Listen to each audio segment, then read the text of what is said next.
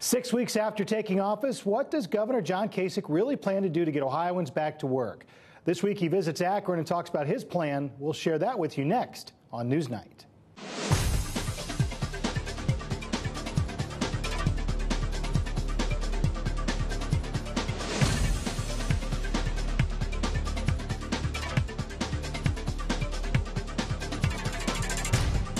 Tens of thousands of Ohioans still out of work. Is there any hope in sight now more than 2 years into this recession? Ohio's new governor, John Kasich, in Akron this week, talking with the Greater Akron Chamber and local business leaders over at GOJO, talking about his vision for small businesses to help get people back to work. I'm pleased to hear that everything's going so well up here. It must be an oasis, because in Ohio in the last 10 years, we've lost 600,000 jobs. And only 2 states in America have done worse. Michigan, because of their dependence, obviously, on automotive, and California, because of their extreme tax and regulatory policies. So only those 2 states have done worse in the last 10 years. In the last 4 years, we lost 400,000 jobs.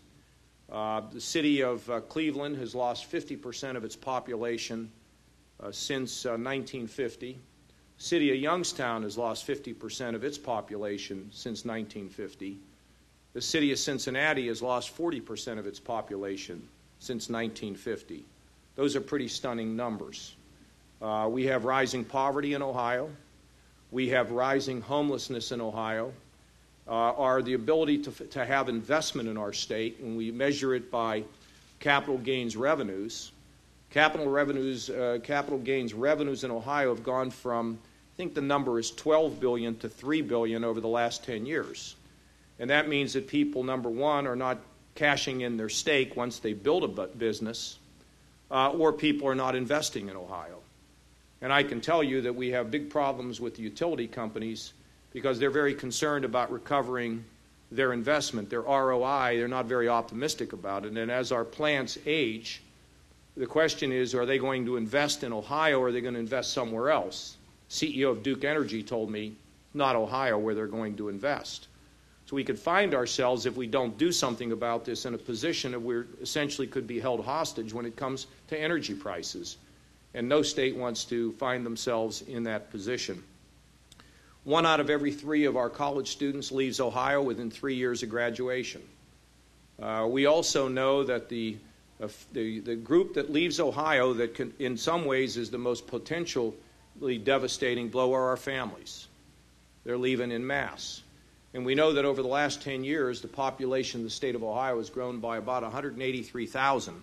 The state of Texas grew by 183,000 in 5 months. We've lost 2 congressional seats because we've lost population. And as you lose population and as you lose seats, you lose clout, you lose power. And you begin to have a tattered reputation. This is what we face today. This is what must be dealt with today. And we have to understand what the difficulty is so that we can understand why we need to get up, we need to stand up, and we need to put Ohio in a position where it is entrepreneurial, risk-taking, investment-oriented. And our inability to do that, we're not going to not do that. We are going to get it fixed.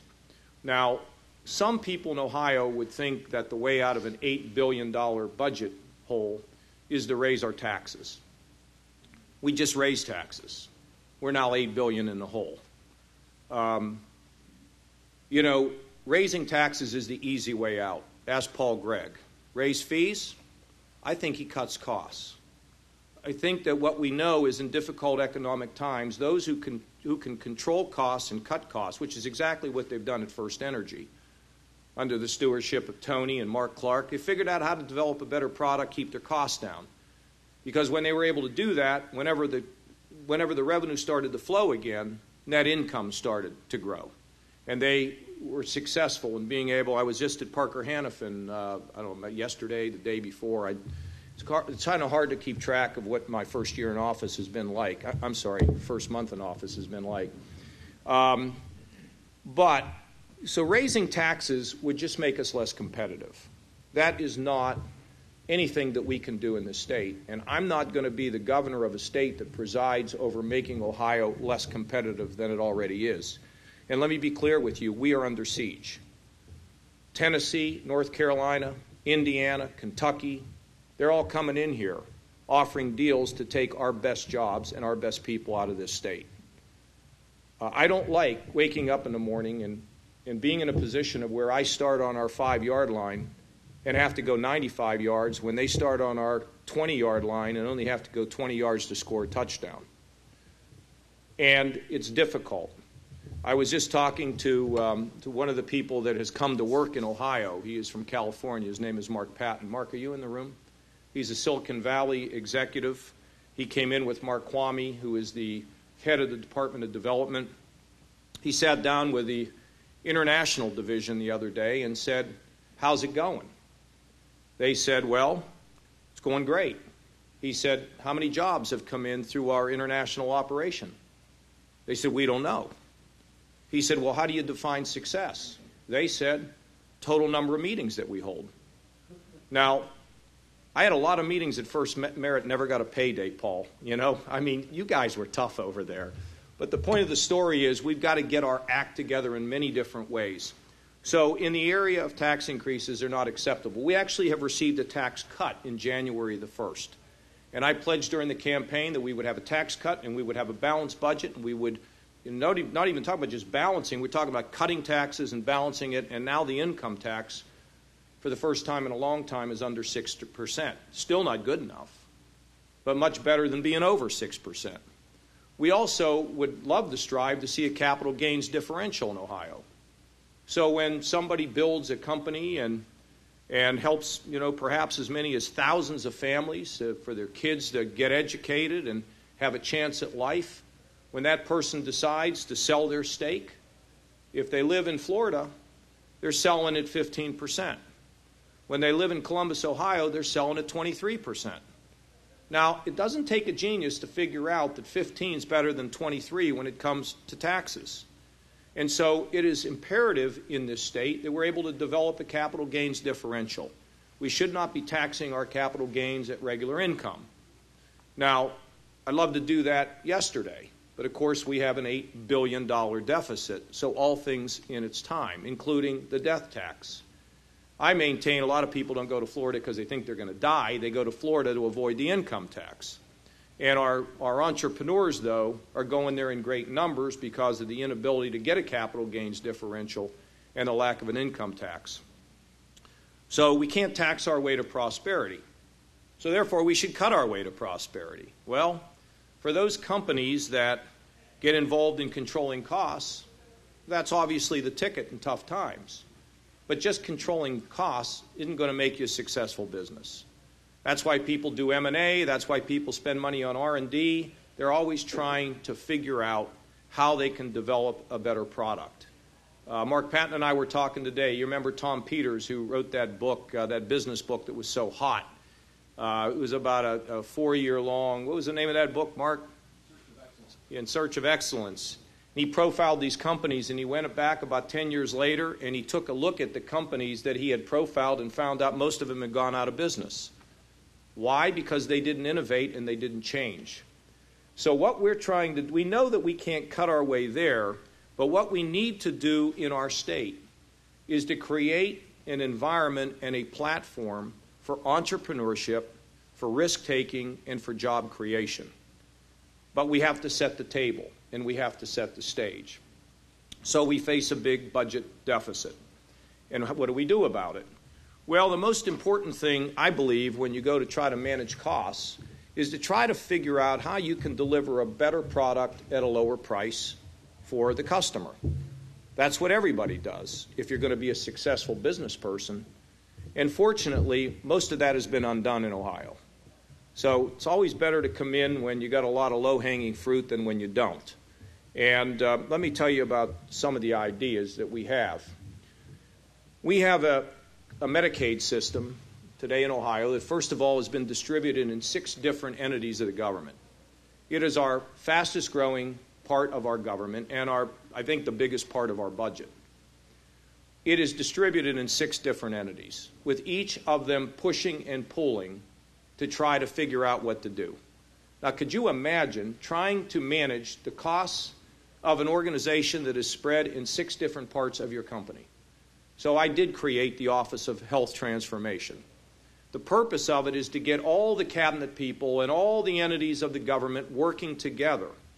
And what we are attempting to do with Medicaid, of course, is to move into the future when it comes to health care. You go to a hospital, they give you an infection, and they release you. You go back in, we're not paying the bill. They're eating it. We believe that we should be emphasizing primary care physicians. It's a lot better to keep people from getting sick than to have to treat them when they get sick. And that involves real dollars, real resources, and real change. But let me also tell you about our seniors. We have created a system in Ohio where if you're a senior citizen and you're getting older and you need help, it's likely that you go to a nursing home because there's no money provided or little money provided for those that want to have home health care. Now, what we believe is that Mama would like to be at home. Mama doesn't want to go in a facility if she can avoid it. And what we think is that if a person qualifies for a nursing home, let's let Mama stay at home and give her some help. First of all, she's more comfortable. Secondly, she's probably healthier. And thirdly, at the end of the day, it costs all of us a heck of a lot less money. Now, we've been talking about this for 20 years. You know why we don't do it? Politics. That's over. Let me tell you about our prisons. Half of the people that are in our state prisons are in prison for less than 1 year. Now, we take people who are going to be in prison for less than 1 year, and we put them in an environment where they could be next to a hardened criminal. Take a guess what happens to the recidivism rate. It goes up. Nobody gains.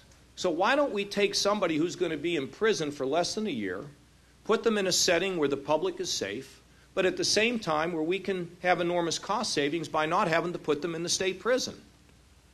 You know, you might say, that makes perfect sense. Why didn't they do that? Do you know why? Politics.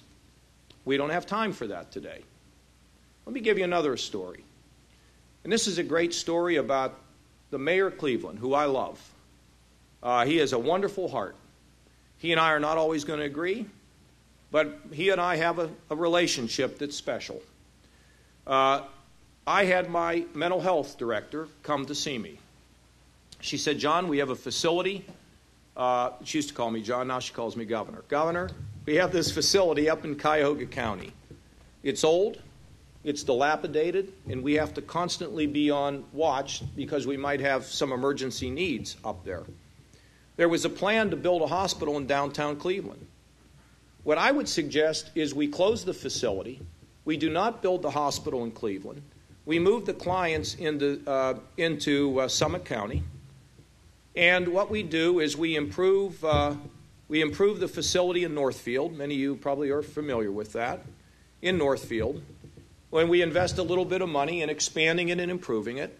And John, as a result of that, we will have no capital needs, no capital improvement needs for 4 years. We will save $4 million a year in operating costs. The patients will be happier, the staff will be happier, and the Mental Health Association of Ohio supports this. Now, you might say, perfect. Why don't people make decisions like that? You know why? Because it's really hard to call the mayor and say, we're not going to put a building up. The mayor understands this. Does he like it? Of course he doesn't like it. Does he understand what we're doing? He and I are both in it together, trying to make sure that we can manage our costs and provide for the taxpayer and also provide for the client. So there are a lot of things that we can do to put ourselves in a position of where we can restructure. Now, you all know about Senate Bill 5 and, the protests and everything else. Let me tell you a little bit about that. I think it's completely reasonable for people to be able to negotiate for wages. But I don't believe that people ought to have on the table the negotiations to keep the pension sound, the health care. Don't go and see Paul Craig and say, hey, let's have a negotiation about what all my benefits. Do they do that with you, Paul? Do you You don't negotiate all these benefits, really? Well, we do. And what I'm attempting to do with this bill are a couple things. One is I want to make sure that we're able to save some money. Number two is I want to make sure that taxpayers are represented. You know, when you think about taxpayers today, well, you think about people who paid a very high price. Over 9% of them don't have a job today. A lot of them have no pension, and the corporations have cut back their 401k match at the same time that their 401k got obliterated. At the same time, there are many people working out there in the private sector who don't have very good health insurance. And they worry about changing jobs because they might have a pre-existing condition. See, I think the taxpayers, the people in the private sector, have made a huge sacrifice in this state. Now, your average private sector employee is paying 23% of their health care costs. Your average city worker pays 9%. Now, I guess if I was a city worker, I wouldn't want to pay more than 9%. And if the mayor doesn't want to have them pay more than 9%, that's great. But if there are mayors or school boards or whoever who want people to be able to control their costs, they ought to have the tools to do it. And so that's what that bill's all about. But there's been tremendous focus on the collective bargaining legislation. You know, as Reagan said, you ain't seen nothing yet. Because it's not just good enough to reform the way we handle collective bargaining or public employees, but we need to reform our K through 12, and we need to reform higher ed, and we need to reform the Medicaid system, our health care system. We need to reform the prison system. Everything in this state needs restructured. But we cannot get completely there with restructuring. There will be cuts that will occur in this budget. Now, the ones that are going to have the hardest time with the cuts are the ones that have been operating their entity with one-time stimulus dollars. Now, I have been warning people for well over a year, do not operate your business with stimulus money that is a one-time payment. Because guess what? The money's going to run out.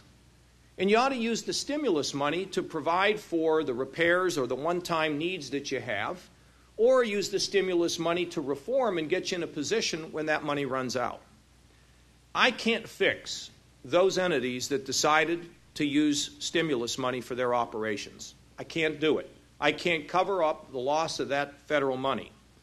And those are the ones that are going to have the greatest difficulty having to deal with the budget that's going to come out. So what do we get with the budget? We're going to get reform. We're going to get restructuring. We will have some cuts, but we want to hand the tools to everybody that's going to be impacted by the cuts. We look at prevailing wage reform that can keep our costs down. We look at collective bargaining reform that allows local governments and school districts to have tools. By the way, one more thing about collective bargaining. Do you know we have a thing called binding arbitration? You know what that is? That is when somebody from the outside comes in and imposes a settlement on a community. Then they get on the plane and they leave. Now, if the city can't afford it, it either goes bankrupt or raises taxes or you know the discussions in Washington about letting states go bankrupt. Why are they doing that? So they can wipe all the liabilities off their books. I don't like that idea of wiping off the liabilities at all. But you can't build up so many liabilities that you can't fund them. So what do we suggest in place of binding arbitration? We suggest fact-finding. You let somebody go out and look at the needs of the labor. You let somebody go out and look at the needs of the taxpayers in the city.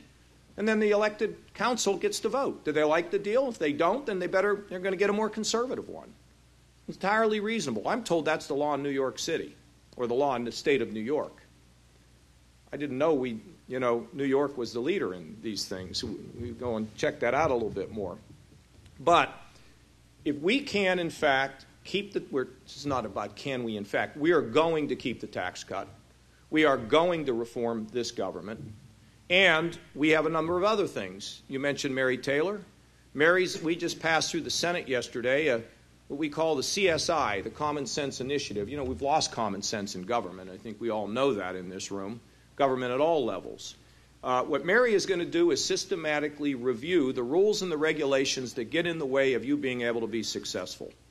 Now, I have an EPA director who came in and in 24 hours resolved a permit issue that had been lingering for 22 months. See, we're moving at the speed of business. Protect the public, protect the health and safety, but remember, if you get extreme, you're killing jobs. And when you're killing jobs, you're hurting kids. I was just in Youngstown, visited there at that horrible shooting, guys killed. You know, why are they running around using guns? A lot of places, hopelessness and joblessness. I was just down in southern Ohio at Portsmouth. Prescription drug abuse. Mothers that have 18-year-old kids that overdose and die. A woman who was there with her grandson, she's raising him because her mother was shot and killed over a $67 prescription of prescription drugs. In Scioto County, 9.8 doses administered to 78,000 people. And it's a problem here as well. And why does it happen? Hopelessness and joblessness. We can't have that anymore. So, Mary is going to look at reducing the friction that businesses face in this state. We also plan to have a major reform of workers' comp. It will come in the second part of the year. But we also passed JobsOhio. Well, JobsOhio is one of the most significant changes in the operation of the state government that I've ever seen. Now, what we want to do with JobsOhio and what we've done, and we passed it, in 30 days, record time with bipartisan support in the Ohio Senate, a couple Democrats in the House. We want to create a board of people who are job creators. Not my buddies, not your buddies, people who are job creators, who understand entrepreneurship, who've got young minds, who can think outside the box. They'll be subject to the same ethics treatment as the trustees at the University of Akron. We'll have an audit and an annual report, just like a regular company does. And that board will then hire a chief investment officer, and we will then hire people underneath that chief investment officer who's going to engage in the areas that we think are the most important, the verticals, whether it's healthcare, manufacturing, whether it's energy, doesn't matter. How are we going to pay them? We're not going to pay them on the total number of meetings they have. We're going to pay them on the basis of what they produce. And JobsOhio will allow us to move at the speed of business. And I think that most CEOs in the state now either know or are beginning to realize that this is a different government. This is not the same old, same old. And we are answering the bell on a number of companies that have almost shut their doors in this state. So I'm pleased to say that I think we're beginning to stabilize the situation, but we've got a long, long way to go to move the ball onto their 40-yard line and get the ball off of our 30 so they can't drive it into the end zone. Our goal is to retain businesses that are here. We have a return on investment formula that allows us to make good decisions about who we can help and how we can help them. We want businesses to retain. We want businesses here to expand. I'm a big believer in the old Crosby, Stills, Nash & Young, love the one you're with. Let's love the ones we have, and let's go find the new ones once we get the ones here in this state who are in a position to really help us, because, it's easier to do business with companies or customers you already have than to find new ones. Goodyear, First Energy, Infocision, Smithers Scientific, the polymer industry, Bridgestone, University of Akron. Got a lot of good things up here, but we haven't leveraged them. We haven't leveraged our assets statewide in so many areas. So I go to Procter & Gamble and say, how many more suppliers can you bring into Ohio? If you were working for Walmart, old Sam Walton would say, I think you'll be doing some business in Arkansas. And you'd be saying, yes, sir. Because if you didn't say yes, sir, you wouldn't be doing business with Walmart. We want to emphasize financial services. We want our insurance companies to be successful, along with our banks. It's a great potential for this state. We want to make sure that as we look around the state, and we look down there at Procter & Gamble, and we look down there at Western and Southern, and we look at the University of Cincinnati, a world-class operation. We look at the investment that GE has made. It's terrific. When we look at Columbus, guys, Victoria's Secret, Valentine's Day is coming. We got the Limited. We've got Nationwide Insurance. We've got Battelle. We've got Ohio State. It's a great place. and great potential. In Cleveland, I was at Parker Hannifin a couple days ago. World-class, global, wow. Lincoln Electric, manufacturing, can't give up on that. Manufacturing is a big part of Ohio and a big part of America. And manufacturing is going to come back in America. And then, you take a look at the Cleveland Clinic and Case Western and University Hospital. Biomedicine, medical devices. Got a group there going out and committing to try to find 3 companies to come in. Here in Akron, I mentioned the Children's Hospital, another great operation here. Got to figure out how we're going to expand things here. We got a lot of great things going on. Dayton, Wright-Patterson Air Force Base. I mean, that's the beginning. LexisNexis, Teradata. We got a lot of great things. We've got to leverage them. We got to get our universities to start commercializing. They do not commercialize now. They're at the bottom of the heap. They do research well for companies, and they're at the top of the list. But we're going to have metrics. I want to know how many patents. I want to know how many companies. And I want our university professors to have ownership. I want them to have a stake. They'll be more motivated, and they will be less frustrated to produce things instead of a paper that we might put on the shelf and discover in 40 years. And I'm not poo-pooing research. It's important. And the universities ought to engage in research, and the third frontier ought to engage in development. Now, the third frontier is a great asset for us, but the third frontier cannot continue to invest in 7 to 10-year projects. They need to invest in 3 to 5-year projects. And they should not be involved much in research. They should be involved in development. And we need metrics to prove how many jobs are created. You see, a lot of us walk around and talk about, how's your golf game? Oh, it's really good. But we never quite get to, and exactly what was your score? We need to measure ourselves. The same way we want to measure the students when they're in school, we want to measure our universities.